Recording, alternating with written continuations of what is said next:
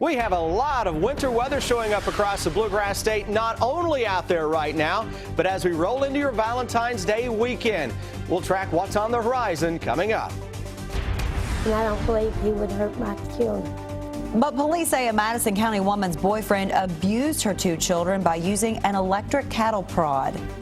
WKYT investigates. Prosecutors are asking Kentucky coroners for help in preventing drug overdose deaths. Many coroners have concerns with the request. Tracking, alerting, protecting. This is WKYT News at 6. Good evening. You can feel it. Colder temperatures, gusty winds, parts of Kentucky even seeing some snow. An Arctic blast has moved right into the bluegrass. And this is the first of what could be multiple rounds of wintry weather in the coming days. We begin tonight with Chief Meteorologist Chris Bailey. He shows us what he's tracking on the First Alert Defender. Yeah, snow shower squalls have been on and off for most of the area today, and it's those northwesterly winds really cutting right through us if we're outside this evening.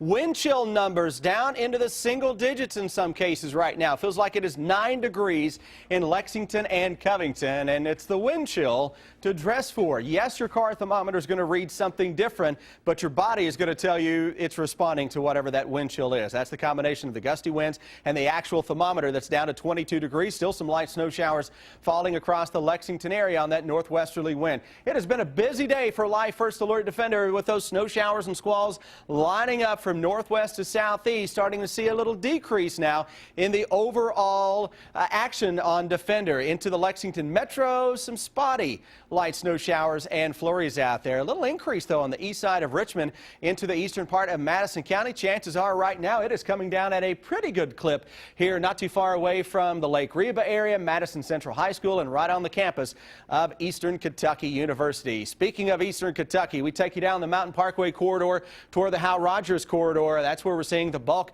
of the snow showers as everything again comes in on a strong northwesterly wind flow. If you're out and about this evening, it's a quick drop into the mid-teens, but guys, wind chills show up into the single digits. When I come back in a bit, we're going to track another bigger blast of Arctic air for your Valentine's Day with the hour-by-hour forecast in 10 minutes. We didn't see much accumulation in Lexington from the snow today, but parts of southern and eastern Kentucky picked up enough to close some schools. Some people in Jackson County were dealing with snow-covered roads, and the higher the elevation, the more snow you saw. Places, you know, they'll be from 1.5 inches down to 1/2 inch, you know, just kind of hits in different spots. You'll run into more. Road crews in Jackson County tell us they are ready to battle any new snow that might come tonight. And for updated closings, delays, and weather information, go to our website, WKYT.com. She calls the accusations against him lies. Tonight, a Madison County mother is defending her boyfriend, who's accused of using an electric cattle prod to punish her children. As we first told you yesterday here at 6, Richmond police charged 54-year-old Silas Powell with criminal abuse. Today we learned more about the investigation, and our Sam Smith talked to the children's mother. It's our top story at 6. And I don't believe he would hurt my children. Carol Powell and Silas Powell are not married. They're engaged, though, and have been dating for a year. She says in that time he has been nothing but kind to her two children. I don't believe in my heart he did that. And I still don't believe he did that. A school resource officer was notified of the alleged abuse. Police say Silas abused her kids with an electric cattle prod that looks something like this. It's a device that's meant to help move cattle. Silas works on a cattle farm in Madison County. Police say it was used to discipline a 7-year-old girl and a 12-year-old boy. Only thing we did when we ground them, we took the toys, the movies, and a TV and a DVD player from them. She says her kids were taken away and she plans to fight to get them and her boyfriend back home. I'm not going to choose between every one of them. I love them all three.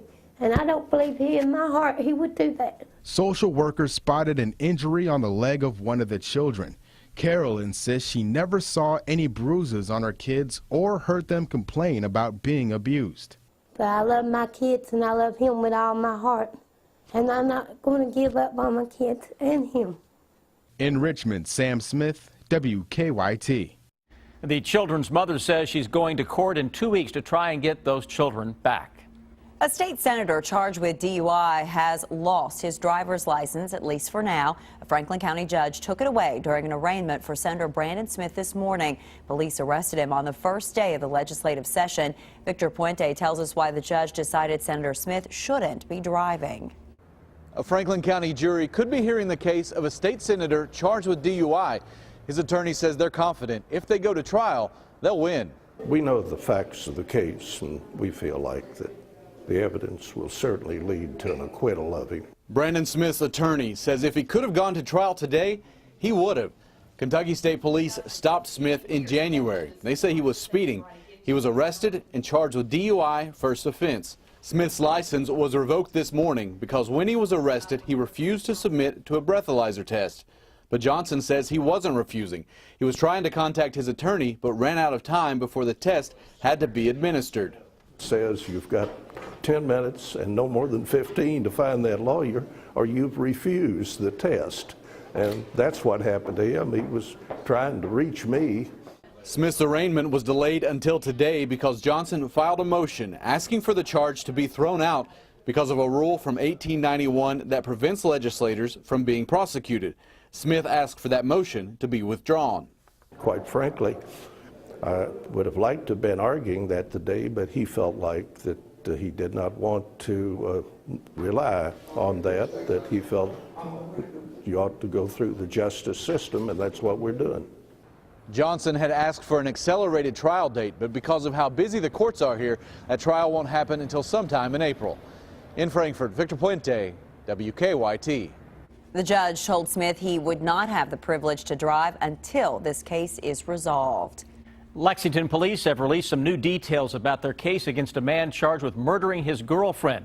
Police say that Paris Charles killed Goldie Massey last fall. They say Massey's remains were found in the Kentucky River after her son reported her missing.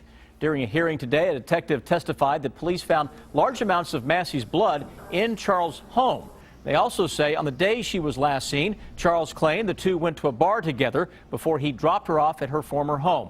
A judge has sent the case on to a grand jury. A man who admitted killing a Lexington teenager will not have to pay restitution. As part of his sentence for manslaughter, a judge had ordered Ernest Wheeler to pay Patrick Puckett's family $16,000 for funeral expenses. Police say Wheeler shot Puckett at a Lexington home in 2013. But the defense claims restitution was not part of the original plea deal. Today, prosecutors withdrew their restitution claim.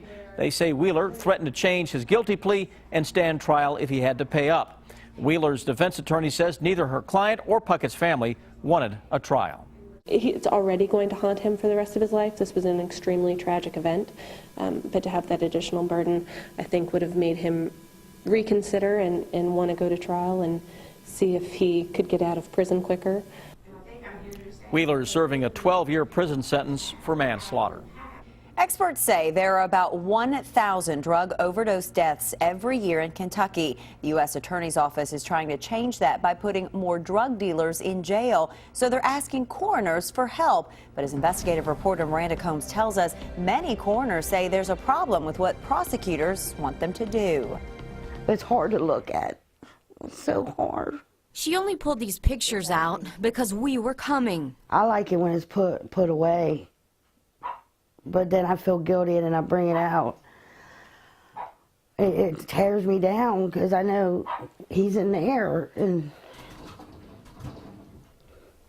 he's not going to come back.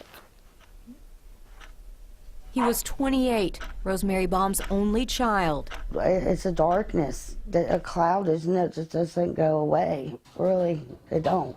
In April of 2013, Johnny Mac Baum died of a heroin overdose.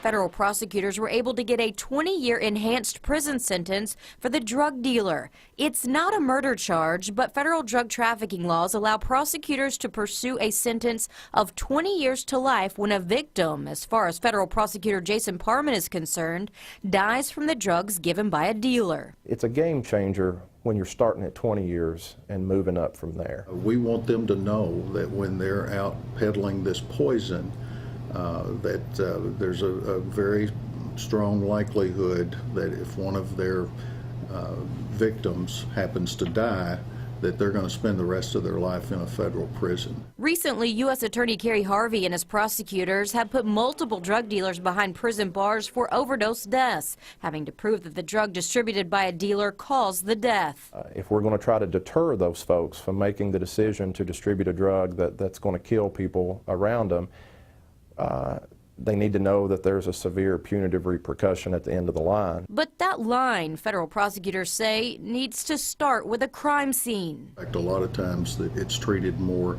as an accident scene, and so we lose a lot of evidence really in the first couple of hours after the death. And when overdoses are treated as accidents, most are not autopsied. We're always behind the 8 ball, if you will, if we don't have an autopsy. Conventional wisdom has been that you simply can't go forward and you can't win one of these cases without an autopsy. But it does happen, and in fact, Parman and his team recently convicted a Clay County man for causing an overdose death and sent the dealer to prison without an autopsy. But that's not an ideal situation. The purpose of an autopsy is to find the cause of death.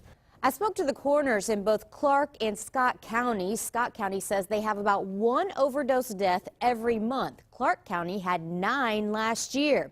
They say they always treat overdose deaths as crime scenes, but as for the need for autopsies, well, they say it depends. My thought is you don't need an autopsy on all overdose deaths. Scott County Coroner John Goebel and Clark County Coroner Robert Gayhart believe in most cases a toxicology report is enough evidence to prove a cause of death. Why do that to a body? Why do an autopsy to a body when you know the heroin killed them?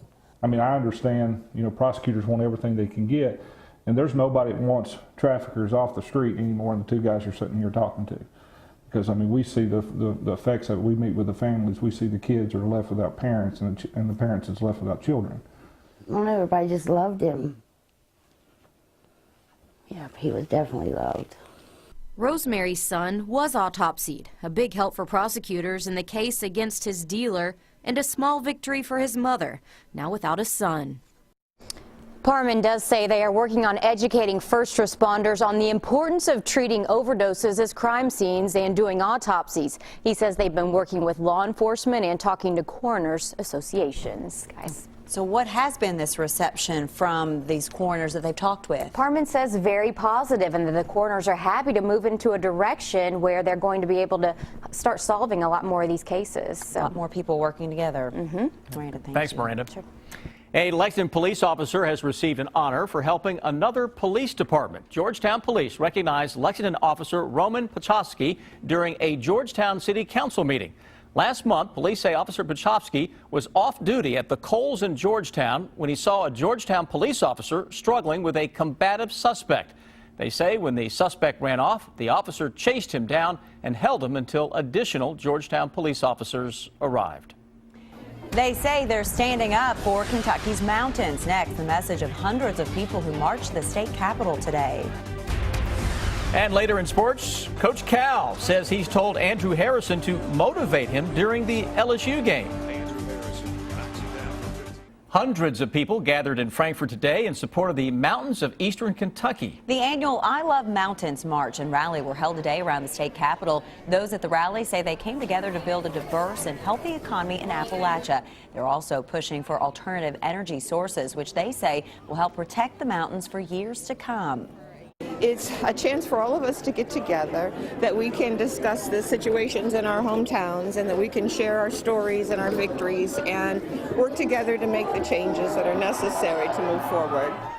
This was the 10th year for the I Love Mountains rally. It's sponsored by Kentuckians for the Commonwealth.